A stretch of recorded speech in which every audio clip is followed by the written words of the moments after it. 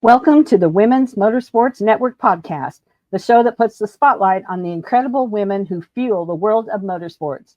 From drivers to crew members, engineers to fans, and everyone in between, we're here to celebrate the trailblazers, dreamers, and doers shaping the sport we love. Each episode, we share inspiring stories of females of all ages from every corner of the motorsports universe, past, present, and future. It's a journey through the seasons of life filled with heartfelt moments, laughter, and a whole lot of horsepower. So, whether you're a lifelong fan, a racer yourself, or simply curious about the extraordinary women behind the wheel, settle in, relax, and enjoy a fun and uplifting ride with us. This is the Women's Motorsports Network podcast, connecting and celebrating women in motorsports, one story at a time. Let's hit the track.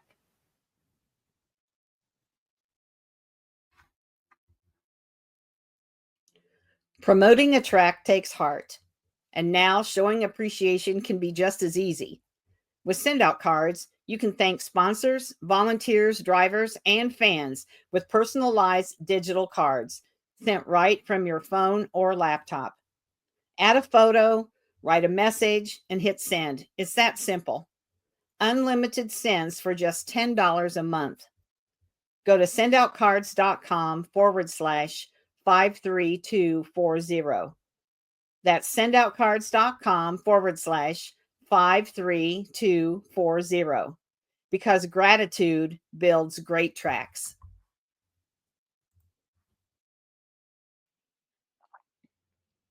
Hello, everyone. This is Melinda Russell with the Women's Motorsports Network podcast. And my guest today is Charlotte Traynor. And Charlotte comes to us from the Southwest. And I'm going to let her tell us where that is and a little bit more about herself. So, Charlotte, I want to welcome you to the show. And would you first start by telling us a little about yourself so we can get to know you better? Yes, hello, and thank you so much for having me. So, my name's Charlotte Traynor. I'm 18 years old, and I'm from Phoenix, Arizona. So, I'm a race car driver. I've been racing for about 5 years now. So, I'm just trying to, become a professional in that category. And I graduated high school early. So, now I have kind of all my time as a 18-year-old to get to try to focus on racing and, making a living off of it. Yeah, that's exciting, and I love hearing that. And we talked a little before the show started that I am pretty familiar with the Phoenix area, as most people know. My youngest two daughters live out there, and I come out there a lot, but I haven't ever been to a racetrack other than the one in Avondale, the NASCAR track. It seems like whenever I come out there, they're not racing. It's too hot or it's the break or whatever it is. And so the racing season in Phoenix is a little different, I feel, than most places. So remind me, I want to talk about that too. But um, let's start first with how did you get involved in motorsports? So my start in motorsports is a bit different, I would say, than most people. I do not come from a racing family. So I have no connection to motorsports like in that way. My dad was a pilot, my grandpa was a pilot, my sister is a pilot. So it's like I come from this family of like aviators, and for some odd reason, I don't know, I'm just like the ground loving one of the family. But I started in motorsports a bit later when I was around 13 years old. And it was just from like watching it on TV. Like we would always watch, NASCAR, Formula One, IndyCar, and even though like nobody in my family raced, we still loved it. And we actually had like dirt bikes.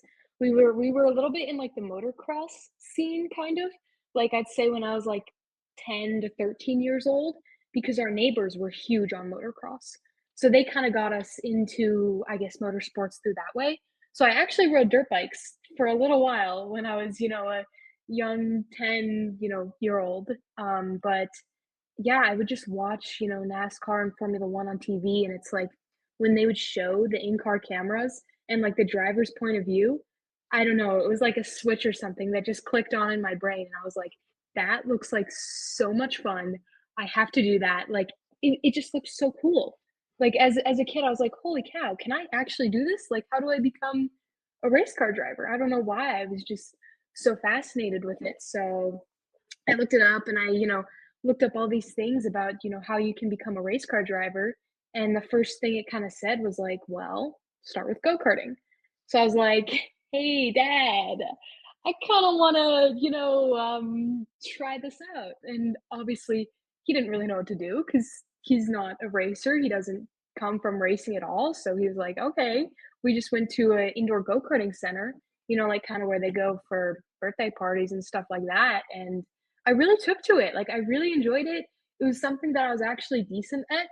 I didn't have too many things as a kid that I like really liked and things that like clicked for me. And it's like that was one of them. So that like surprised me and I really liked it and I was good at it. So sure enough, my dad and I we bought like a professional go-kart that you can, race. And we did that for like about 5 years, I'd say. And now, I'm moving up and taking the step up into cars. So last year was my first year racing cars. So now I'm just going along with that journey. Charlotte, you say that you're different from your family, but not really, because if they're flying, they're in the speed, that's kind of a Yeah. speed thing.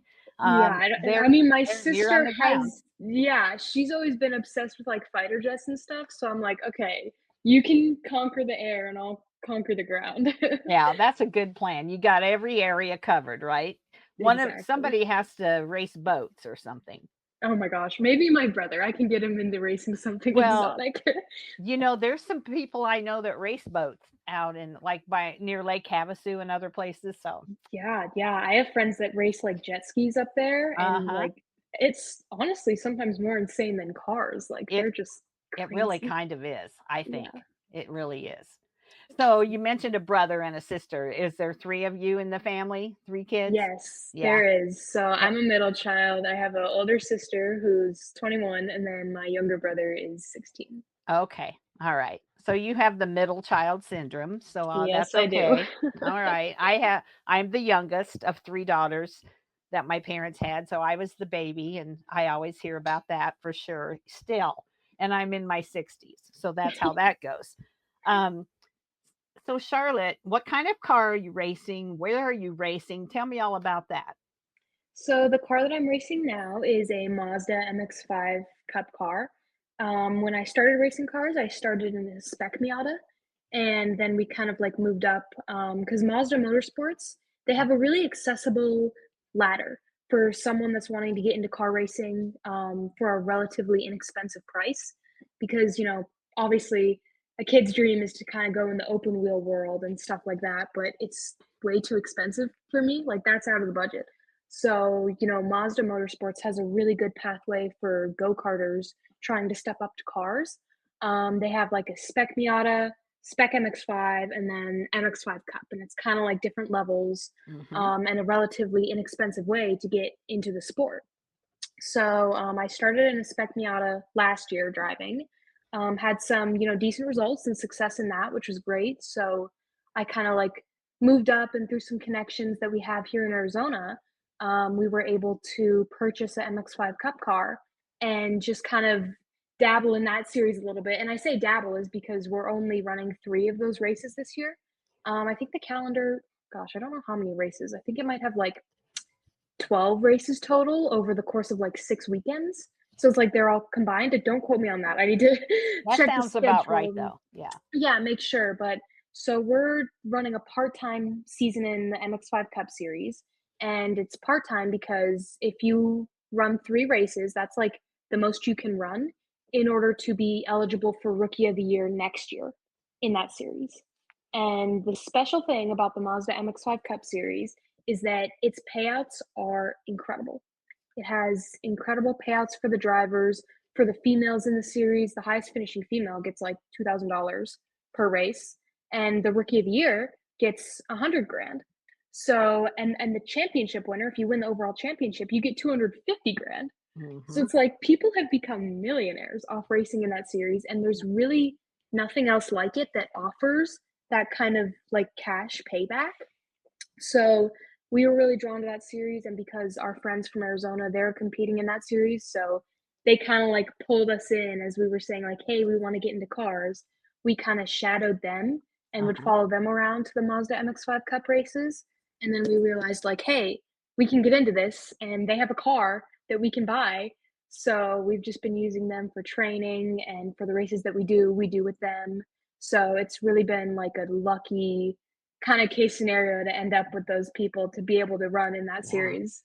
Do you want to share who they are, or would you rather not? Yeah, I will. So it's Parker DeLong Racing.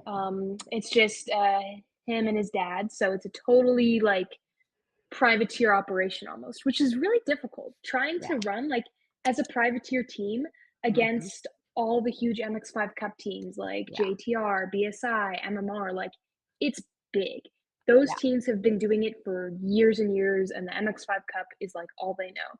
So to step in, just Parker and his dad, like to do this and to kind of step up and be able to compete with them is just huge. And I mean, they have like last year at Road Atlanta, Parker got second place.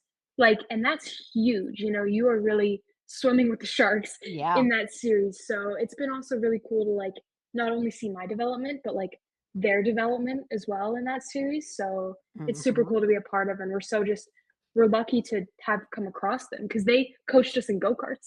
So it's like he coached me in karting, and then we just kind of like followed them then, you know, when they went to the MX-5 Cup, then we went, you know, a year later. So So when you go to those races, is I think Sally Mott races that? yes, she Have you does. met her?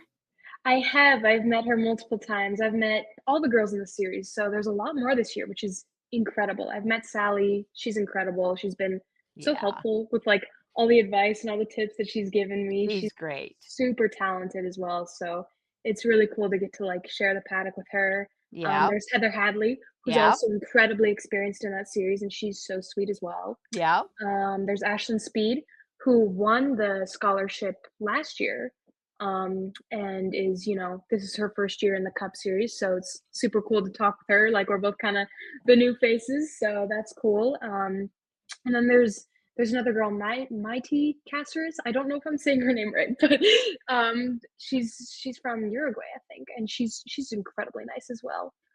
She yeah, did like some of the open wheel stuff. I think she has experience in that and like the F1 Academy. So she was super nice from the brief chat that I got with her. So it's really cool to like have yeah. more girls getting into that series and Uh-huh. kind of have that community. It's super cool just to get to share the paddock and the track with them. Yeah. So did you watch the movie or The documentary first to that the they did? finish, yes, I did. I did watch it. It's cool. It's like it's crazy. Who would have thought that, you know, Mazda, the MX-5 Cup would be getting, you know, this Yeah, series kind of following it. It's just it's crazy, but it's so cool to see. Like that yeah, series has grown so much, yeah. and the viewers that it gets now, the popularity, like it's completely deserved. Like the racing in Right. that series is like no other. I It's know. so entertaining. Like the last lap, people will be going like five wide through the dirt. Someone's off Hmm. there, someone's spinning out. So it's super entertaining, and it deserves like all the hype It, and the buzz that it's it getting. deserves more promotion, and I Yeah, don't think it gets near 100%. enough. It gets overshadowed by some of the bigger series, but the Yeah, racing is unbelievable. And I think Connor Zillich raced in that series a little bit he too. did. He did. And that's a thing that they bring up a lot is like the drivers that kind of go through the MX-5 Cup, you can just go in anything else and be fast. Yeah. Because the MX-5 Cup, and that's why we see, you know, Connor Zilch is so good, and kids like Tyler Gonzalez Uh-huh. and Nathan Nicholson, and all these, you know, incredible drivers that go off and then they drive other things. Like they're so talented. They And are. it's because the MX-5 Cup is such a good like starting ground, and the Mhm. car is so tricky to like get a grasp on and drive. Yep. The series is so competitive. So it's really like you have everything thrown at you. And then when you get in, you know, an LMP2 car or a GT car or something like that, it's like the car does the work for you. And Yeah. it's everything's, you know, at least in my opinion, and I feel like I can say that too from driving different things. It's like nothing is as hard as the MX-5 Cup car, Yeah. and the racing and the car itself, it's really tricky. So if you can perform there, you can perform almost anywhere. Yeah, and it's road course racing, right? Yeah. Yeah, Yes, it and is. so that's one reason he's so good on road courses. Yeah, Yeah, for yeah, sure. He definitely has that, you know, kind of one up on everyone. And even yeah, in ovals too. Like, I right. mean, he's been insane everywhere he goes. And obviously it's, you know, raw talent, but I feel like it's also, you know, part of the development that the MX-5 Cup brings, you know? Oop. Hello? I'm sorry. I don't know what happened all of a It's sudden. okay, it's okay. I'm like, "Oh, am I alone?" Yeah, you were alone for a little bit. So, sorry about that. So, yeah, I love seeing these series that make it easier to get started because, I mean, all sports can be expensive, but you know, if you're a football player, you're not buying your own footballs and equipment, right? Yeah, They're paying you. exactly. They're paying you to do all that, and to get into motorsports, you've got to bring some money or some sponsors normally, and so it's a whole different model of business and things, and so you know we've got to make it more affordable for people to get started, or you know, unless you're young and your parents are millionaires, it's really hard to get into it. So I love that you're 100%. doing that. Yeah, and it's really tricky because it's like it's so tough. You see so many kids, and I know so many kids that I know if they got in a car or if they got the chance, they would just be incredible, but they don't get the chance because they don't Hmm. have the funding. So Right. that's one of the huge things that I do want to do one day is somehow get, more kids, give more talented kids a chance, like it's it sucks how this sport has kind of sometimes just become like overshadowed by the people Mhm. that have money, and now it's like money over talent, which is Yeah. really unfortunate. And, it doesn't even make the racing as good because then No. you have more kids and people crashing cars because they don't really know how to drive as well as, maybe someone else that Right. can't afford to go in the series. Yeah. So, one day that would be like a dream of mine to like create some sort of foundation or something that gives, young, talented kids a chance who wouldn't really have a chance, anywhere else. Yeah. I love that idea for you as well because I mean, we can't say that everybody that's in the top series come from money, but if you most of them, most of them do. A lot of them do. And so, you know, not nothing against those people because I'll tell you the NASCAR teams and those three series, they have a lot of extremely talented racers. But I know there's just as many probably that are out there that are winning at a local level who could compete in a NASCAR series or whatever, and they just don't get the chance. And that's the sad part. But you know, that's true in football. That's true in football, baseball, everything else. You know, Yeah. you think of Uh, all the little league teams that play during the summer, and then how many get to really be professional baseball players. It's yeah. tough. It's really tough to do. So yeah, for sure. So now, where do you race most of the time, Charlotte? So I race, I would say we've kind of been moving more out east. When I Okay. first started like in cars and in go-karts, it was all kind of out west. Like we would go out to California, Buttonwillow, Willow Springs. There's a decent amount of tracks in Arizona as well, like road course tracks, not just the, oval. So Hmm. we kind of, just race on the West Coast. But now kind of the more we step up and the bigger it gets, lots of the racing is all on the East Coast.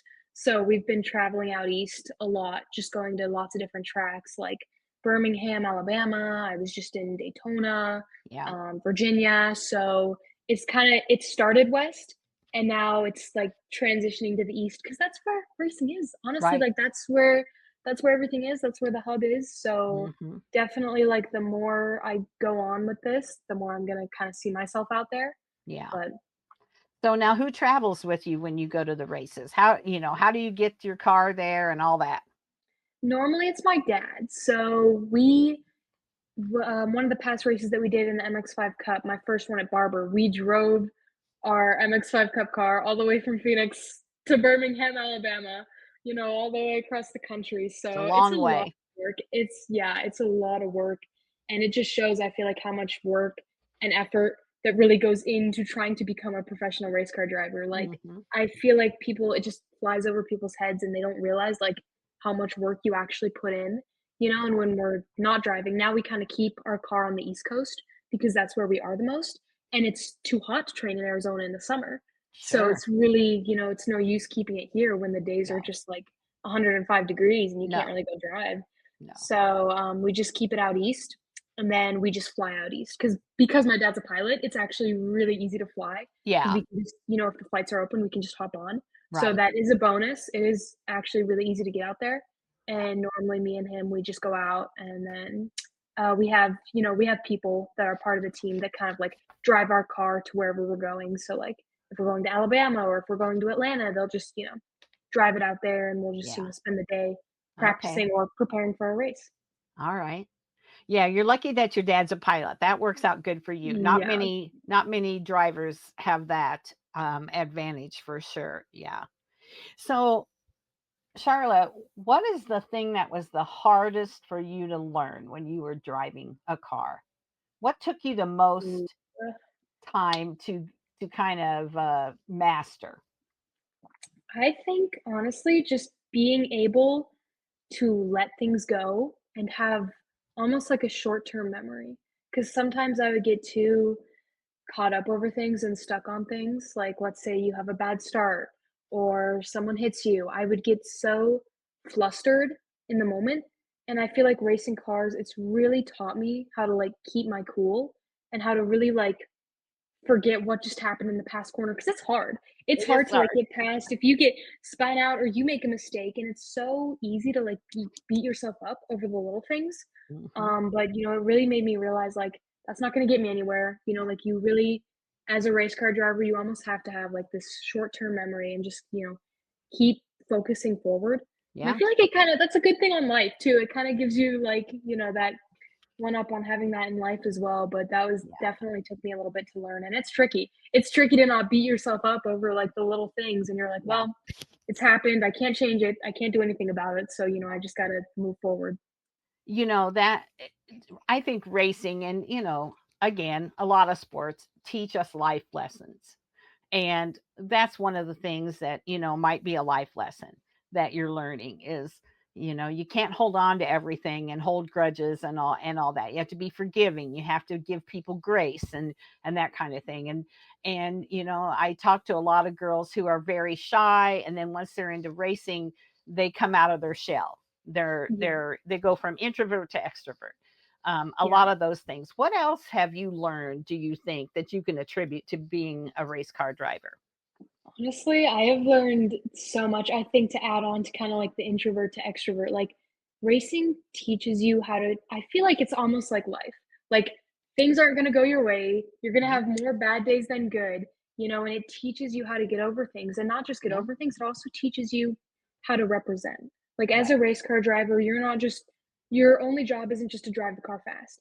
Outside of the car, you have to be a spokesperson for yourself. You have to market right. for yourself. You have to reach out to people. You have to send emails. You have to do all these things that people don't realize. So it Right. really has like brought me out of my shell as well. I was definitely a very shy kid and I got so nervous talking to people and I wasn't really one for conversations with people, but now, like racing, like I realize like I can just go up to anyone and say anything now. Like I'll Mhm. go up and I will be the one to initiate the conversation. I will be the one to like send the email when before like I would never do that. But Right. now it's really just made me into like a spokesperson and an extrovert because that's what you need. Yeah, You're not if you don't knock on the door, it's never going to be open. So it's it's really true. taught me that as well, and I feel like that's just so valuable for Yeah. getting through life is, like, learning how to represent yourself, who you are as a person, Mhm. kinda, like, build a brand for yourself too. Yeah, So it's incredible, like, all the things that yeah. racing teaches you and you don't even realize, and then you look back at yourself a few years ago and you're like, "Wow, I really have, like, grown not just as a driver, but as a person?" Mhm. Yeah. That's so true, and I'm glad you said that because, you know, a lot of girls and their parents even don't realize that there's a lot of benefits to being in motorsports that you can't put your finger on before you start.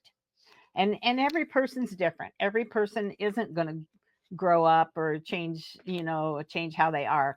But overall, I hear it so often that all the things that motorsports has changed for the good in a young woman. So I love hearing that. Now, do you have marketing partners, or is this more of a, you pay as you go? Well, right now it's I pay as I go. That's one of the things that I'm working on right now just like putting together sponsorship packets and putting together all these deals and, trying to go up to people. And so that is my project, I would say, at the moment, and it's something, once again, that I'm learning how to do. It's like, I've never put together a sponsorship packet before this. I have no idea what I'm doing, but you Mm-hmm. just have to kind of go along with things. And I do have, a few people helping me out. We do have, a few like sponsor stickers on the car, that just sometimes help with like some of the prices, whether it's like fuel or like your helmet Right. or tires.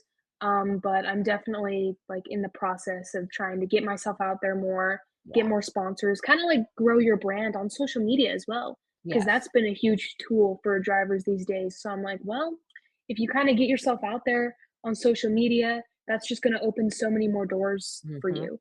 And I have talked to like multiple professional drivers in the past, like these NASCAR drivers that one of them, she gave me advice and she was like, the first thing that this team asked me when I was going to sign for them wasn't how many wins do you have, it's how many followers do you have, and then how many wins do you have. And it's just Mm-hmm. crazy because it's like that is how motorsports has changed. And it's like if you have that online presence and that it's very clear that you can bring something to the team that's not just driving, like they will want you. Right. So that's been another huge thing that I've kind of been like working on, is just growing that like online presence. So then like the more people know you, the more you get yourself out there. It's like that's how you're going to find opportunities too. Absolutely. And another thing that you're going to want to grow is your email list. Yeah, So 100%. I had over 10,000 followers on a Facebook page, and 2 years ago it got hacked and I lost them all. No. Oh Oh, man. first I cried. No, I Then would I too. was I would like be bawling. Oh then my I was so gosh. mad. I was so mad because there was no monetary reason for somebody to hack my Facebook page. They're not going to make a penny off of it. And I was just so angry that somebody, just for meanness, they were just being mean. I mean, that's how I looked at it. And Yeah, that's so so frustrating. I still am trying, I'm still trying to grow it back, but I haven't really concentrated on that. Charlotte, I've grown my email list. I have over 7,000 email addresses. Oh wow. I own those. Yeah. I Nobody can take those away from me. Yeah. And so, Yeah. that to me is such a bonus that I learned the hard way. I'll go back and get my followers back eventually. In fact, I was able recently to get on my old Facebook page through a back door, kind of, not as an admin, but I was able to see all the followers Yeah. where before I couldn't see them. And so I printed it. It Yeah. was 70 some pages of names, 5 or 6 names to a page. I printed it, and I'm going to eventually reach out to everyone and try to get them to follow me again. But that's in my spare time, which, who has spare time, right? Yeah, Nobody. seriously. Yeah. So anyway, but grow an email list. I would really encourage you to do that. Um, so you don't work on the car because it's out east and you're out west. And so that's okay. A lot of them don't, a lot of young gals or even guys don't work on their car. If you ask a Well, NASCAR driver, when it was here in Arizona, my dad and I, we would work on it. And still at the track, I yeah, do, because the team that we're with, obviously Parker DeLong, it's just us. So it's yeah, like you kind of need all hands on deck. sure. So even though I'm not working on the car, like most of the Mhm. time, I will help in areas that I do need to help. And obviously, when it was here, just in our garage, my dad and I, we would work on it. We'd change the oil, we'd change the Yeah, tires. He makes me work on it. Like he's not gonna let me run off and do other things. Like no, he makes me work on that that's stuff. It good. was Yeah, it was the exact same with go-karts. I was actually a mechanic for a go-karting team like a year ago. I just, I would go to the track when I wasn't racing and I would work on, other kids' go-karts. So I do have a little bit of experience Okay. kind of in that. And it's like because we have to. We don't have the extra help. Right. So it's all hands on deck. Okay. Yeah. Well, that's good to hear. I'm glad to hear that for sure. So now, as a girl racing, and there are a few girls in what you're doing, but even back in the go karts, did you ever feel like you didn't fit in or didn't belong? Did anybody ever treat you like, what are you doing here?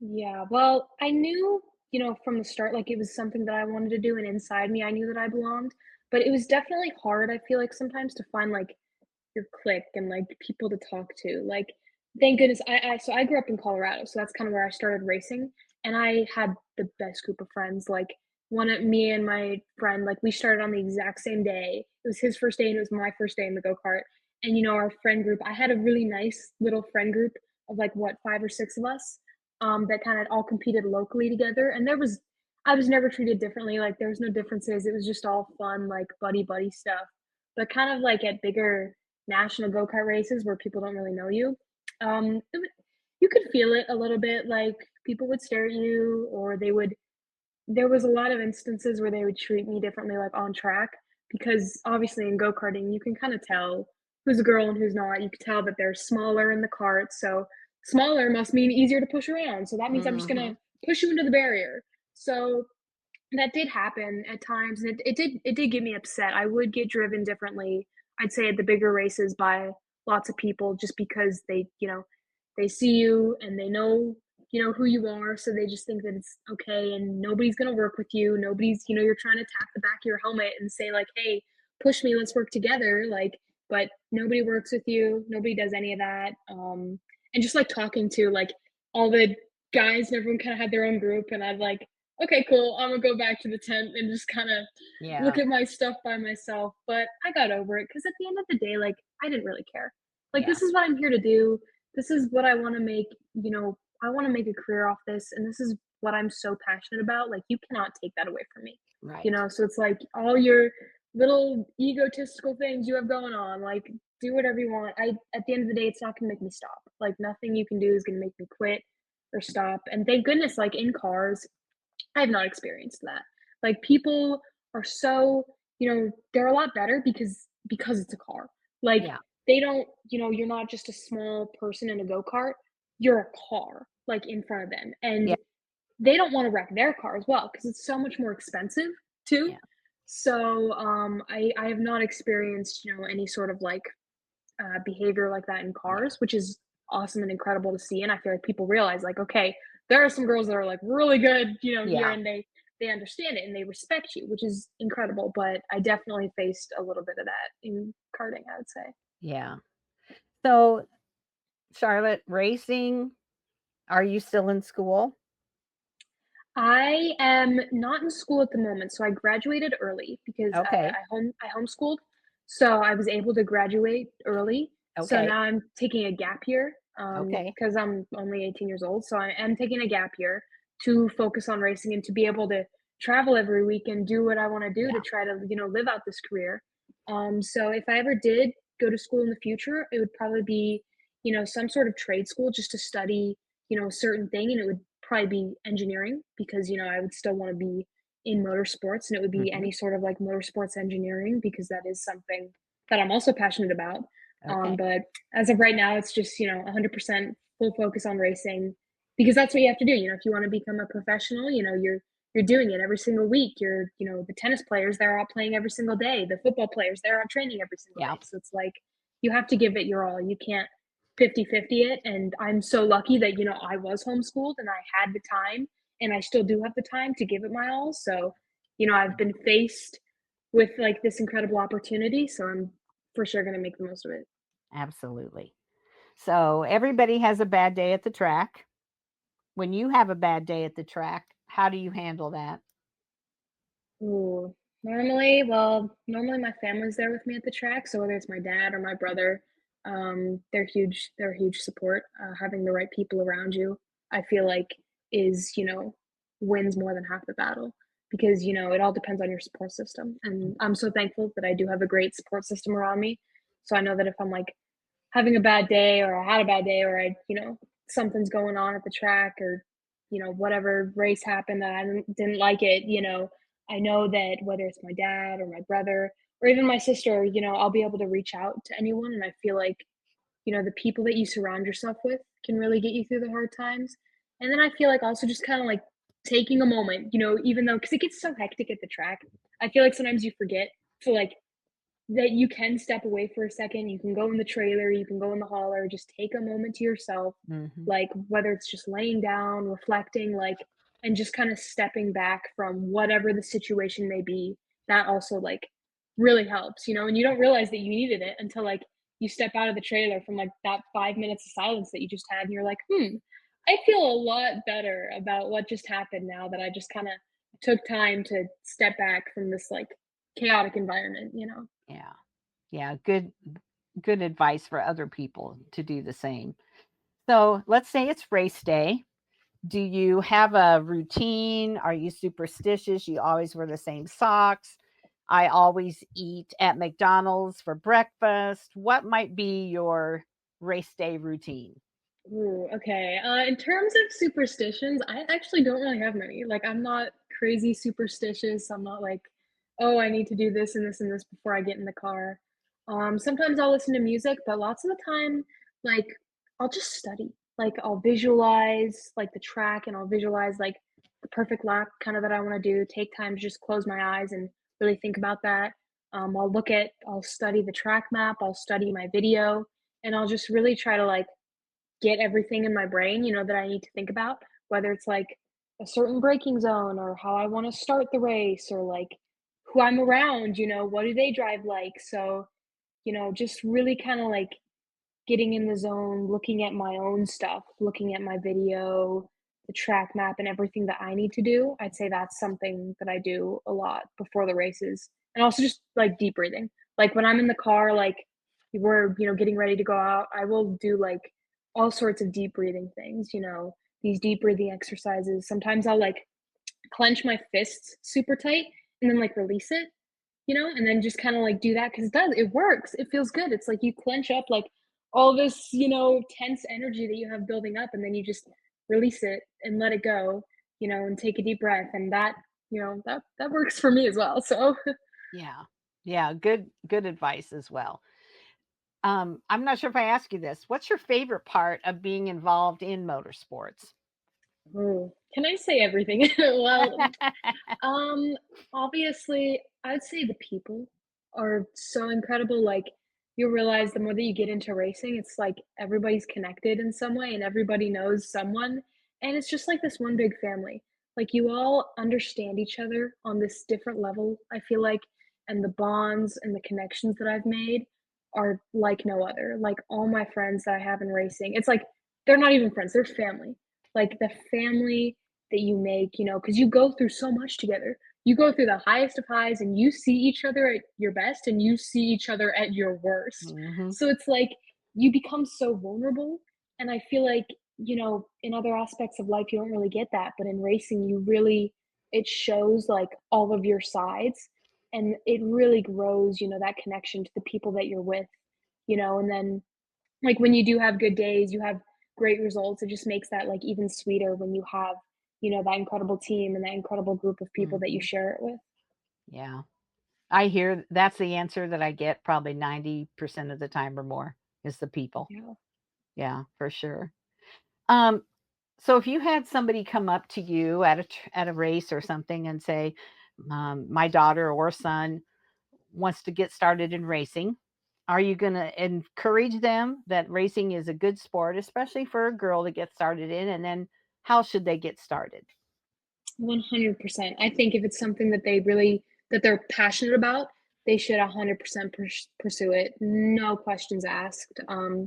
Obviously give them a bit of rundown of just what I did, like starting go-karting if the kid's young enough, which most of the time they are. Sometimes I've had like little kids come up to the car, they're like really young, and I'm like, maybe you want to wait a little bit for go-karts. But yeah, I just say like look up tracks in your area, look up go-karting tracks, or maybe they're a bit older, look up car tracks. Like you just really have to immerse yourself in the environment, and because so many people at the track will be willing to help you. So if you just go there and you just check it out, even if you're a bit unsure, you're like, we're not sure if we want to get into racing, we're not sure yet, just go and check it out. Go to your local go-kart track, go to your local racetrack. There will be so many people there that will want to help you and, help you find the right path.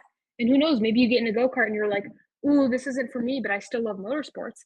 Well, then there's still going to be people there, like the mechanics, the engineers that will, be willing to help you out and explore like other pathways. You just have to get your foot in the door. So Yeah. that would obviously be the biggest thing. that I say. And then if they're passionate about racing and passionate about go-karting, like they get into go-kart and they love it, then awesome. Like sign up just for your local league, like throughout the state. It does not have to be big. You do not need to start big whatsoever. Just do what you feel like. Start with any local karting series that's kind of like near your area, and just let it build from there. And most of those places have try-in rides, Yeah, or yeah. They that's have like arrive and drives where you can just show up and, no really big commitment. Just show up, drive. If you like it, keep going. If you don't, then hey, you tried. yeah, that's a great way to do it. A lot of people leave there and go straight to buying a cart. Yeah, exactly. So it starts things for a lot of people. Yeah, it does for sure. So, what's been the best advice that someone has given you, Ooh. or has anybody given you any good advice? Yeah, I've gotten a lot of good advice over the years. I think actually some of the best advice I've kind of been given was, so 2 weeks ago I was racing at Daytona in a WRL event. It was an endurance race, and it was in a new car, a car that I haven't driven, and I was with these like other really good girls. It was a team of girls, which was awesome, and they had so much experience. And one of the girls, Laura Hayes, she gave me this really good like tip: just keep your eyes up, not just like obviously looking towards the next braking zone and everything, but just in general. Like, obviously, and I realize, like, when I keep my eyes up, your hands follow your eyes in Hmm. racing. So if I'm looking exactly where I want to go, that's exactly where the car is going to go, and it seems like such a simple fix, but it's so true. And that helped me so much. And not just on track, but off track too. Keep your eyes up, keep your head up. Like, no matter what happens, if something happens that you weren't happy with, you had a bad session, you had a bad race, just keep your eyes up. Like, you have Yeah, to keep your eyes up and fixed on where you want to go. You can't let your sights wander, because then your hands are going to follow, your head's going to follow, you're going to follow where you're looking. So just always keep looking up, always keep, moving forward. You can't let the little things, upset you and get to you, because where you look is where you're going to go, yeah, not just in the car, but out of the car as well. So I think that was huge, and that really stuck with me. And it's something that like really helps, and I feel like works with me. Like if I'm getting flustered, you know, I'm just like, eyes up, Charlotte. Keep your eyes up, just so that's even true when you drive a car down the road. yeah. So you're driving down the road, and then you see a deer or something, and you look Yeah, over, and there goes your hands. exactly. So I feel like it's really one of those things where it's like applicable almost in any scenario. Yeah. So So, do you have a favorite race memory so far? It could be good or bad. ooh, I think it probably was 2 weeks ago racing at Daytona. That was my first time at that track. And I mean, I grew up, watching races there, watching NASCAR race there, watching the 24 hours there. So to actually get to step foot on that place, not just as a spectator or a viewer, but as a racer, and like driving that first lap around Daytona International Speedway and feeling like the banking, how steep the banking is there, I was like, wow, I was probably feeling every single emotion you could feel inside the car. It was just such a cool, like, pinch me moment. It was kind of one of those things, it's like, okay, I'm making it. Like, I am doing this. This is my dream. I'm actually driving it, like, this track that I've dreamed of driving it for years, and it was so cool too, like at night, like when the sun goes down and they turn the lights on, it's Uh-huh. like the place just came alive. And I was like, Uh-huh. how is this real? So that was for sure like one of the coolest experiences of my life. Yeah, I love Daytona. It's a beautiful place to be in, especially at night. Yeah. Now, Charlotte, you're the social media age. So, how do you use social media to promote yourself? We talked about, we have to promote ourselves. We have to have a brand and share our brand. So, how do you do that? And then, like, what platforms and how could people follow you? Yeah, so my main social media platforms are TikTok and Instagram. And I've actually just recently started my Instagram following has been getting a lot better, and it's something that I've been working on. And honestly, it's just a matter of like finding some trends and some things that maybe your peers are doing, or like inspiration. And then it's so simple. Like I feel like people try to make social media and content creation seem so hard, when it really isn't. It's very simple. Take a few clips, whether it's a clip of you walking to the car or a clip of you at the race, and kind of be creative with it. You could add like, a caption or a saying, and just kind of make this like jumble of a reel or a video, that kind of like highlights a few of the aspects of who you are, what you do, and like have like a little catch with it. And then you put it out there, and it actually draws in like a very decent crowd. Like Mhm. one of the videos that I posted on TikTok, it was so random. Like it was just, it was me outside the car and then me driving the car, and it got almost like 47,000 views for just simple things like that. And it's like you just have to do it and like put yourself out there. And like I was scared. Like I did not really want to post on social media at first because I'm like, oh, that's scary. But it's like you have to. And at the end of the day, you cannot worry about what other people are gonna say because it's like other people understand. Like social media, as we talked about, has been such a useful tool for drivers these days. So it's like the more you see others post, you're like, this is it. Like this is what you need to do. You need to be kind of like the next big thing, getting yourself out there. And all it takes is just, a few good clips of the car, clips of yourself, kind of like put them together in a clever way and, just keep posting and be consistent with it. Because it's like not something may not blow up like the first time. You just have to be consistent with it. Consistently post, kind of make a schedule of when you're going to post, what you're going to do, and just stay at it because it will work, eventually. You just have to, keep pushing yourself and keep getting yourself out there. Yeah, a couple girls that, well, of course, Haley Deacon was really good at it, but a couple other girls that have been really good at that, and I love what you said about it as well. Be consistent. You have to do it. Are Taylor Cool, Kuehl, from the Yes. Arizona area. Do you know Taylor? Yeah, I've seen her online. Yes. Okay, she's really good at it. So is Kylie Glick. Yeah, she's very good at it. Very good. And so, and the thing is, Charlotte, that people can always find your race results and those kinds of things, but they want to know who you are. And I Exactly. think the thing, not to don't put your drama on there, which I know you don't, but a lot of people do. People don't want to see your drama. They want to see you walking into your favorite restaurant and then a picture of your favorite meal, or they want to see you going to, getting on an airplane with your dad and saying, hey, did you know my dad was a pilot or is a pilot, blah blah, things like that. Do you Yeah. have any pets? They want to see you with your pets. um, all those kinds of things, or a TikTok with, I love to go to Bucky's. Oh my And gosh, yes. so I have my cup that I've had for probably almost a year now. It's the only cup I use. It's bigger than most and it holds the ice longer. And so, people want to see, who are you? What do you like? That kind of thing. And a lot of Exactly. people, I think, forget that they don't want to just see you in a car going around a track, Yeah, right? like, you have to show some personality, like, you're not just a robot. Like, you put on the helmet, I Yes. feel like we all look like robots, and that's kinda what people think. It's like you're not just this vanilla Yeah. driver with, like, people love it when they get that depth and that personality and someone that is worth following along with. Because it's like, yeah, you can be a good driver, but if you have, like, no personality, no likability whatsoever, it's like Hmm. you have to show kind of the side of you that, people don't get from just a Yeah. simple post saying how the weekend went or something. So you do have to, yeah, get creative, like with certain things on how to get yourself out there and how to say, like, hey, this is who I am. I'm not Yeah. just a race car driver. Like, this is my personality. This is what I do. So, Yeah. Perfect. Well, Charlotte, is there anything we haven't talked about that we need to share about you or your racing or anything at all? well, I do need to add with the Bucky's thing. My family, we are obsessed with Bucky's. Literally, that is the stop.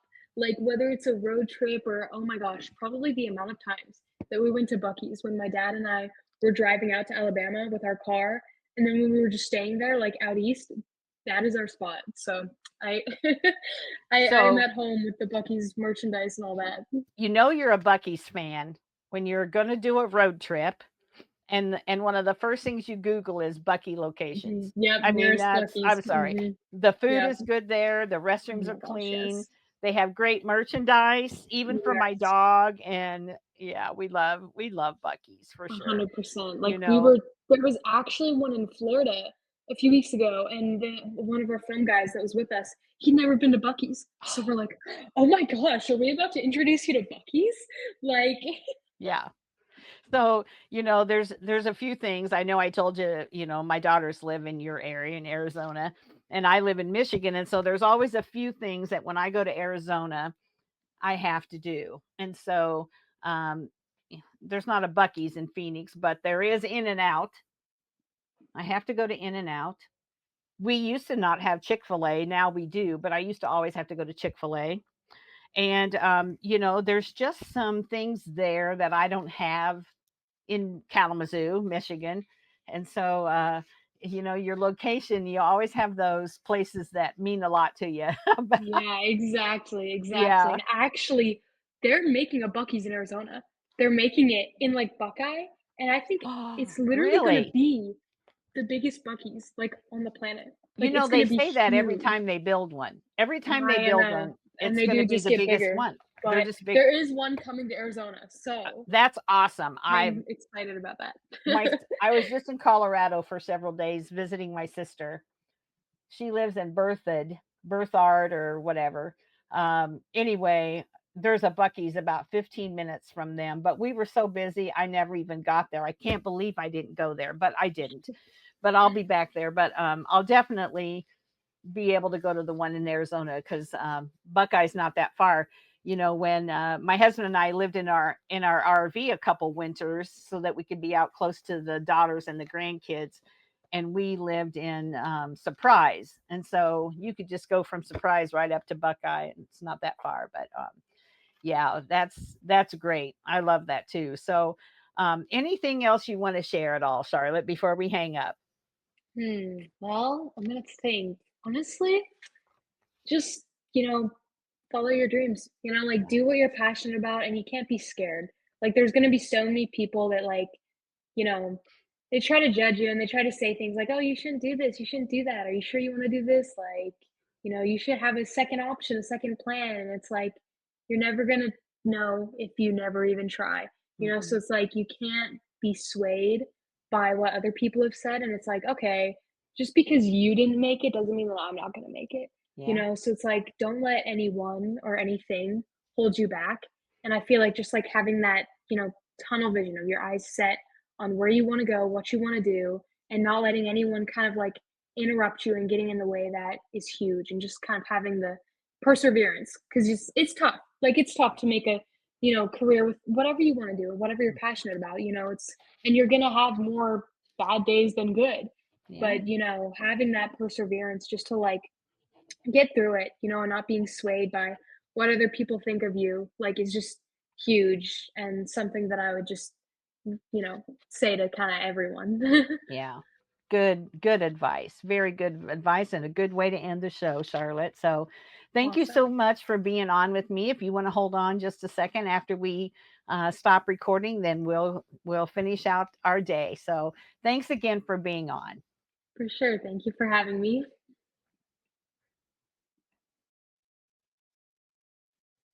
If you're looking to buy, sell, or trade the stuff that strokes your engine, anything from truck parts to classic and muscle cars, RVs to hot rods, and everything in between, then check out our official classifieds at racingjunk.com. Racingjunk.com is the world's #1 online racing and performance marketplace, the ultimate one stop shop where you'll find what you need to rock your ride. If it belongs in your garage, it's for sale on racingjunk.com. Log on to racingjunk.com to find the gear you're looking for, sell your extra stuff, keep up on racing news and tech tips, and more. Again, that's racingjunk.com. That's it for this episode of the Women's Motorsports Network podcast. We hope you've been inspired by the stories I shared today and feel more connected to the amazing community of women in motorsports. Remember, whether you're behind the wheel, in the pits, or cheering from the stands, your story matters. And together, we're driving change and celebrating every milestone. If you enjoyed today's episode, be sure to subscribe, leave us a review, and share it with someone who loves motorsports as much as you do. And don't forget to follow us on Facebook and Instagram for updates, behind the scenes content, and more incredible stories. So until next time, stay inspired, stay connected, and keep racing through life. This is the Women's Motorsports Network podcast, where every woman's story is worth celebrating.